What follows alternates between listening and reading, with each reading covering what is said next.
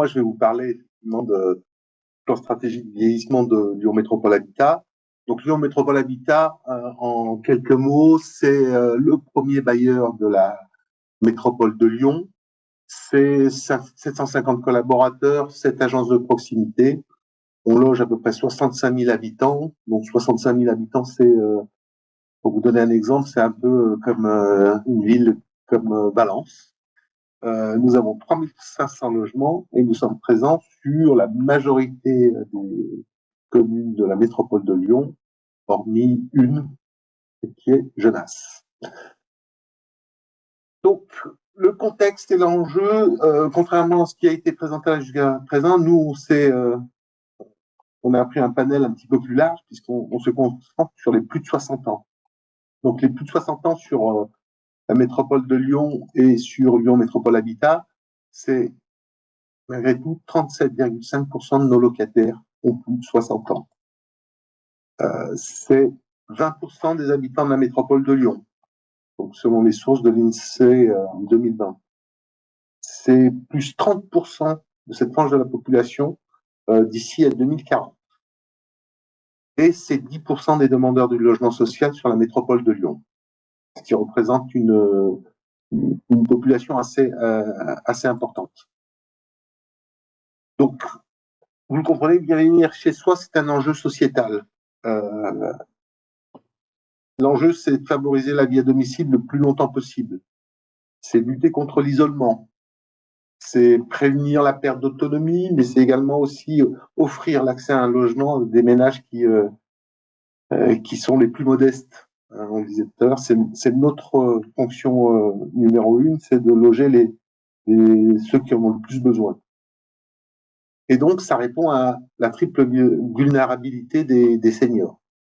La vulnérabilité à la fois physique et physiologique, liée à la vieillesse, la vulnérabilité sociale liée à l'isolement que peuvent avoir ces personnes âgées, et ce qui a été présenté précédemment le prouve, beaucoup souffrent d'isolement, et puis la vulnérabilité économique, parce que se loger aujourd'hui sur des logements typiquement pour seniors et dans des structures privées, c'est pas à la portée des bourses de tout le monde. Donc, les réponses de Lyon Métropole Habitat à ces questions-là, qu'est-ce que j'ai fait? Voilà. Les réponses, c'est depuis 2010, nous sommes engagés sur ce type de démarche. On a une politique plutôt volontariste en faveur du bien vieillir. On a signé en 2011 la charte Rhône Plus avec 26 partenaires pour l'adaptation, l'accessibilité des logements sur un référentiel commun. Nous avons mis en place un plan stratégique vieillissement en 2014, dont je vais reprendre les différents points tout à l'heure. Nous avons signé un pacte habitat social avec la CARSAT en 2014 pour l'aménagement aussi des logements. La CARSAT nous accompagne très fortement sur cette question-là, à la fois l'adaptation, mais aussi l'accessibilité des résidences. Et nous avons lancé la réflexion sur un concept de logement inclusif pour les seniors qui s'appelle le concept Village.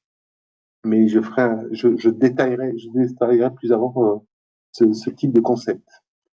Et nous avons signé récemment, en 2023, une charte bien vivre chez soi avec la métropole de Lyon sur des travaux qu'on mène avec eux depuis 2019, justement sur quel type de logement pour les personnes à mobilité réduite, vieillissantes, et quelles adaptations particulières on peut mettre en place.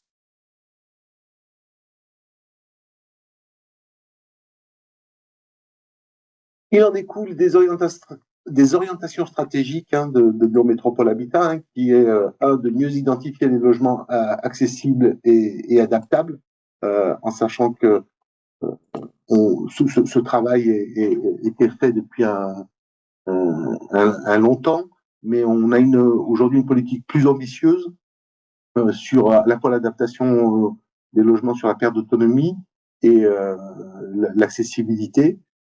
Mais on souhaite aujourd'hui optimiser notre repérage des logements, y compris ceux déjà adaptés, puisque notre politique a démarré il y a quelques années déjà, et les adaptations qu'on a pu faire, par exemple en 2008, 2009, 2010, ne correspondent plus aux attentes, ou en tout cas aux besoins des habitants. Et on travaille aussi sur une coordination avec les autres OPH de la métropole de Lyon, pour avoir une politique d'adaptation identique. On travaille, notre autre orientation, pardon, c'est intégrer des formations de vieillissement dans le parcours de nos collaborateurs. Des modules de formation existaient sur le thème du vieillissement, et on a décidé d'optimiser le taux des personnes qui seront formées au sein des équipes de proximité et intégrer ces modules dans le parcours d'intégration des nouveaux arrivants. Chaque fois qu'un nouveau salarié entre chez Lyon Métropole Habitat, il intègre automatiquement ce type de formation. Et on forme également nos conseillères de vie sociale sur des modules très spécifiques sur l'accompagnement au vieillissement.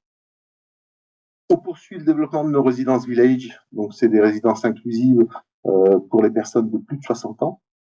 Et on essaye de sensibiliser, ou en tout cas de faire connaître aux locataires seniors de Lyon Métropole Habitat les droits, les aides de droit commun, pardon, et les actions de prévention à la perte d'autonomie. Et c'est pour ça que nous avons demandé en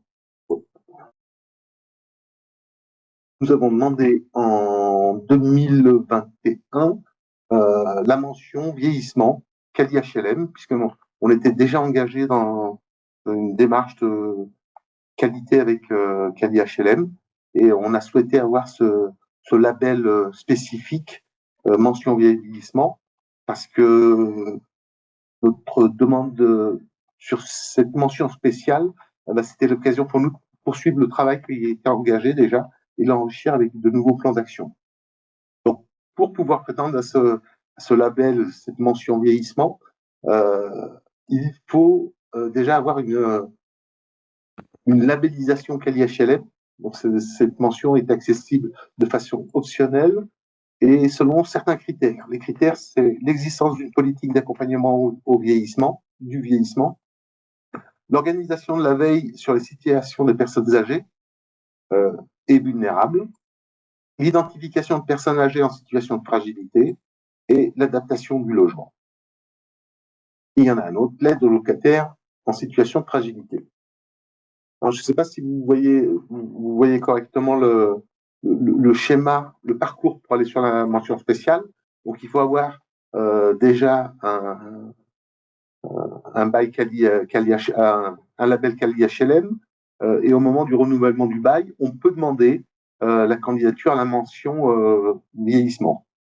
À partir de là, on suit le processus un petit peu en décalé par rapport au label qualité, enfin le module de base, et on demande la candidature à la mention au moment du renouvellement du label. Et ensuite, on fait une mesure d'efficacité, on fait une demande de maintien de la mention, et ainsi de suite, et on renouvelle la mention selon un cycle prédéfini.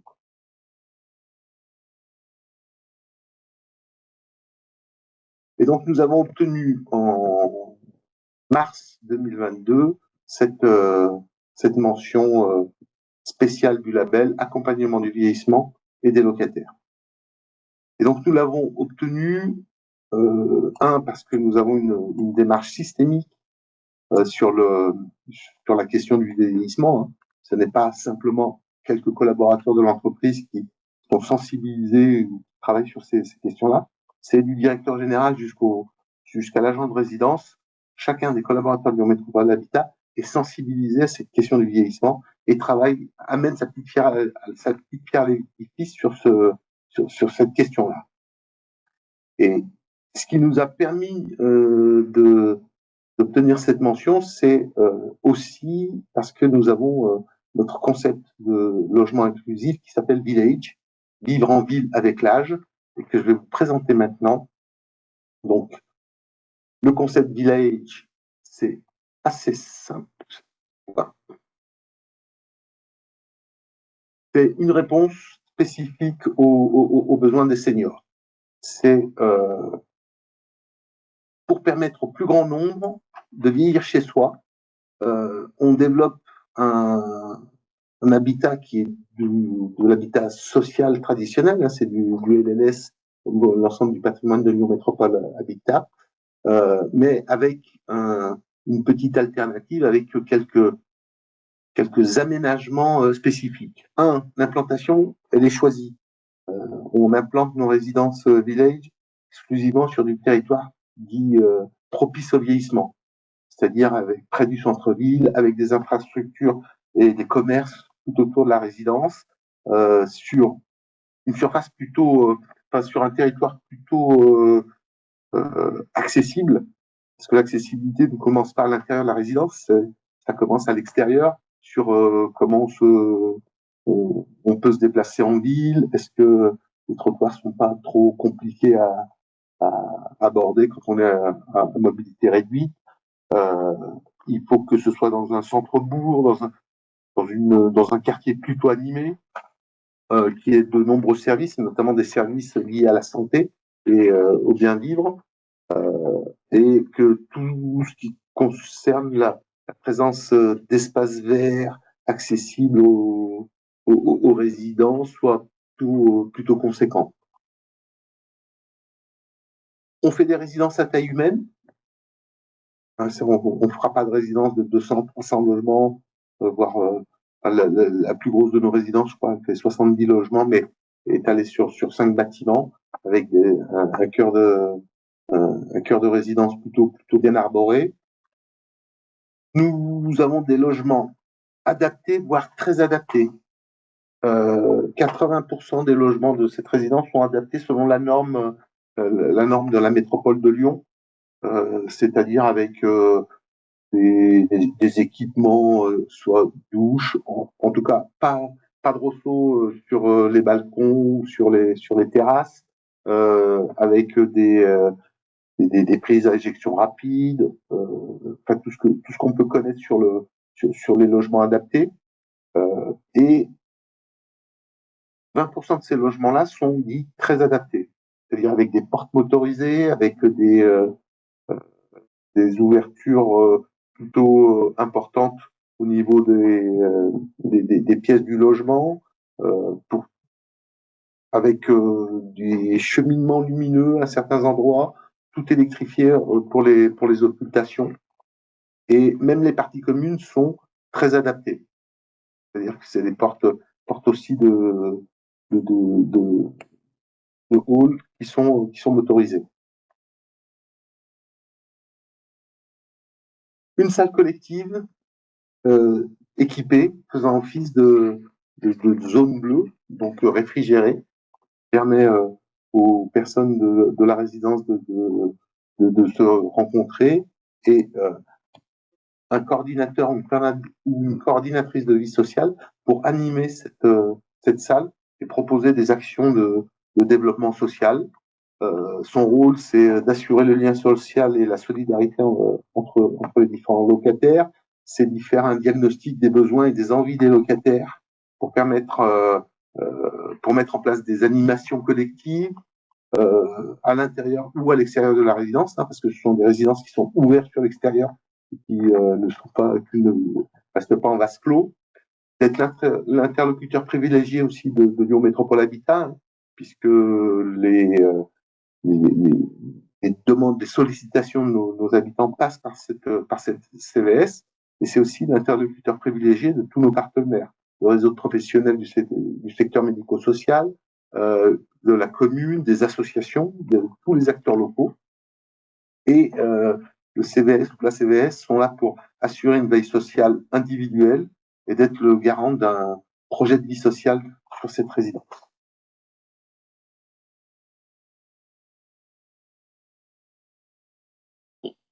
Vous avez ici un appartement type, hein, un appartement type de nos résidences village, qui est somme toute assez classique, mais avec des aménagements très spécifiques.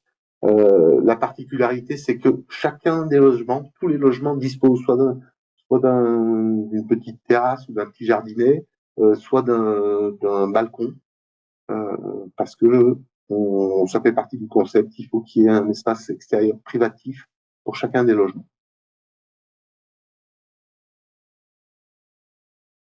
Alors, je viens de voir passer une question, mais j'y répondrai à la fin, puisque l'essentiel de l'intervention se fera sur les questions-réponses.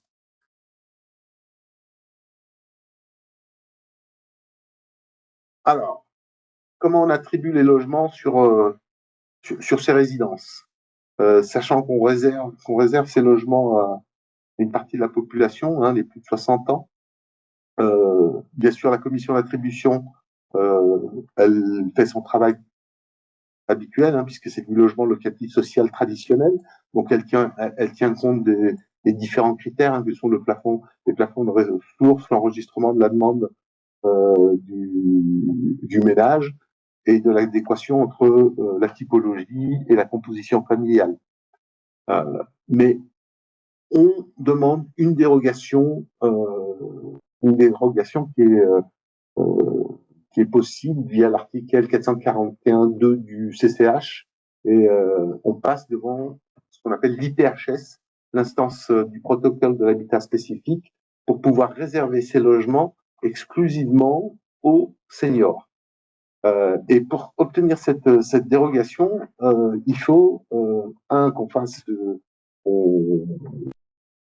fasse la preuve que ces logements sont adaptés et accessibles, et qu'on met en place une offre dite sociale, c'est-à-dire avec un projet de vie sociale et un accompagnement spécifique. J'allais trop loin. Et pour que la destination de cette résidence, pour que le concept même de cette résidence perdure dans le temps, une charte partenariale est signée avec l'ensemble des financeurs, les réservataires institutionnels, que ce soit l'État, la métropole, la commune, la CARSAT, et tous les financeurs qui pourraient venir accompagner notre démarche. Là, vous avez quelques exemples là, de nos résidences, en sachant qu'aujourd'hui, nous avons 6 résidences village, pour à peu près 400 logements sur la métropole de Lyon. 3 sont en cours de construction ou de livraison. Et le développement de ce type de produit va être plutôt exponentiel dans les années à venir. Mais ce qui va nous amener quelques questionnements, et notamment le questionnement concernant le financement. Le financement, de la salle commune, qui est en règle générale bien pris en charge à la fois par Agir Carco ou la CARSAT, mais l'animation de ces salles communes et l'animation du projet de vie sociale avec le coût que représente la CVS, parce que ce que je vous ai pas expliqué, c'est que le conseiller de vie sociale ou la conseillère de vie sociale ne sont pas, le coût de ces ETP ne sont pas répercutés sur les charges des locataires, ce qui est un coût plutôt important.